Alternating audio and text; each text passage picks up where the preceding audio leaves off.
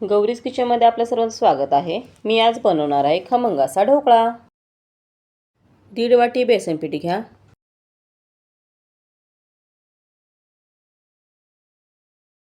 1 वाटी बेसन भिजेल एवढं ताक ओता।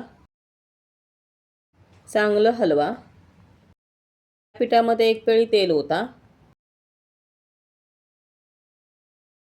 चांगलं एकसारखं हलवून घ्या।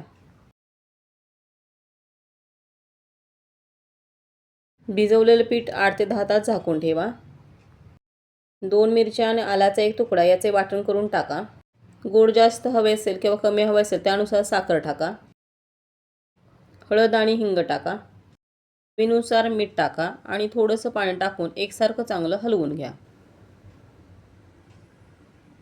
ढोकळ्यावर ओतण्यासाठी थोडंसं साखरेचं पाणी करून घ्या। आता आपलं पीठ तयार झालं आहे। आपण एका ताटाला तेल लावून घेऊयात। गॅसवर एका मोठ्या पातेल्यात स्टँड ठेवून आपण थोडंसं पाणी ओतून झाकण ठेवून देऊयात। 1 चमचा खाण्याचा सोडा टाका। त्याच्यावर थोडंसं पाणी ओता आणि चांगलं एकसारखं 15 ते 20 मिनिटं चांगलं एकसारखं हलवून घ्या। अशा पद्धतीनं आपलं ढोकळ्याचं मिश्रण मस्त असं हलकं तयार झालं आहे। मिश्रण तेल लावलेल्या ताटामध्ये आता ओतून घेऊ। हे आता ढोकळ्याचे ताट आपण मगाशी ठेवलेल्या पातेल्यामध्ये वाफवण्यासाठी 30 मिनिटे ठेवू।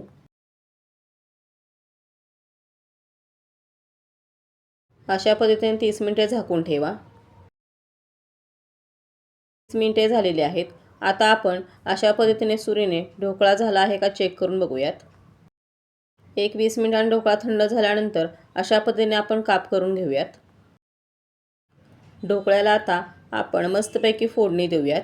त्यासाठी 2 पळी तेल घेऊया। 2 पळी तेल चांगले तापलेले आहे। मोहरी टाकूया। मोहरी चांगली तडतडली आहे। मोहरी चांगली तडतडल्यानंतर आपण आता ढोकळ्यावरती ही मोहरीची फोडणी टाकूया। मगाशी केलेले साखरेचे पाणी थंड झाले आहे तेही ओतून घेऊया। बऱ्याच जणांना ढोकळा जमतच नाही, पण मी सांगितल्या पद्धतीने तुम्ही ढोकळा एकदा नक्की ट्राय करून बघा, तुम्हाला नक्कीच जमेल। बारीक किसलेले खोबरे आणि कोथिंबीर आता त्याच्यावर एकसारखी सोडून घेऊया। अशा पद्धतीने खमंग असा मऊ लुसलुशीत ढोकळा तयार झाला आहे। माझी जर रेसिपी तुम्हाला आवडत असते तर मला नक्की लाईक करा, शेअर करा आणि सबस्क्राईब करायला विसरू नका। चला तर मंडळी, कधी करताय मम्मी सांगितलेला ढोकळा?